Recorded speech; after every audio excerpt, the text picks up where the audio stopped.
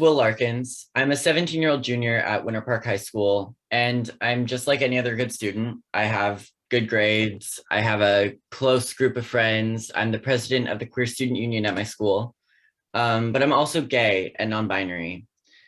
I knew I was different from other boys from the age of 3. Growing up in a private school, I was not exposed to the existence of the LGBTQ community. So by the age of 8, I developed a deep hatred for myself. I wanted to play with girls' toys, dress in girls' clothes, and I didn't know why. I thought I was broken.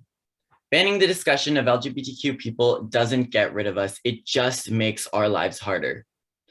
A few months ago, in October of 2021, a group of close friends and I attended a Halloween party. Walking in, I was immediately met with nasty stares.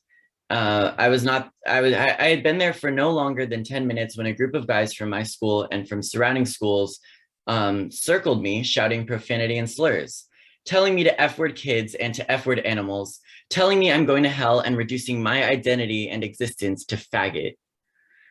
I stood there as my friends were screaming back, defending me, trying to process what was happening, when one of the guys came out of the crowd and said, "If you and your friends don't leave right now, we are going to beat the shit out of you." The next day at school was horrible. Word had spread, and suddenly everybody knew who I was and what had happened. I broke down crying during lunch that day in my English teacher's classroom.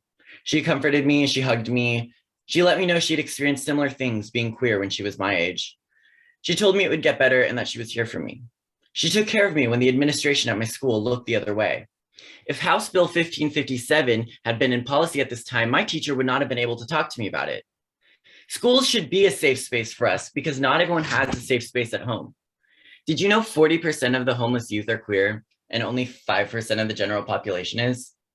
Yeah, a lot of children and teens find solace and community at their school when they're not able to safely be themselves at home.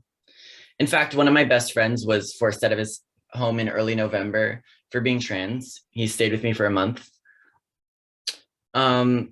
Saying that subjects of sexuality and gender identity are not school appropriate tells queer people all across Florida that their identity is something inherently sexual or perverse.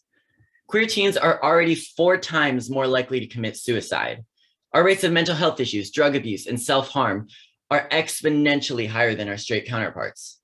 If you vote yes on House Bill 1557 or House Bill 7, you are directly contributing to mental health struggles, drug abuse, and suicides.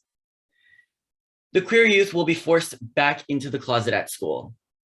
Don't cater to parents with homophobic, transphobic, and bigoted views. Include queer history, events such as Stonewall and Obergefell versus Hodges in the curriculum. Don't erase core parts of American history because people with outdated views don't like it. Don't call yourself pro-life, then allow this bill to pass and kill LGBTQ children. Don't say you stand for freedom and then take away the rights of children to be themselves at school. Don't punish me because my existence makes you uncomfortable.